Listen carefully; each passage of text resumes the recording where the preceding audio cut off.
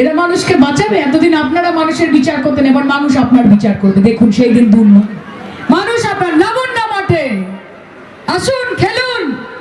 তৃণমূল কংগ্রেসের ভয় পাওয়ার দরকার নেই, কারণ আমরা 365 দিন মাঠেই থাকি, এই মাঠেতেই খেলা হবে। নামুন।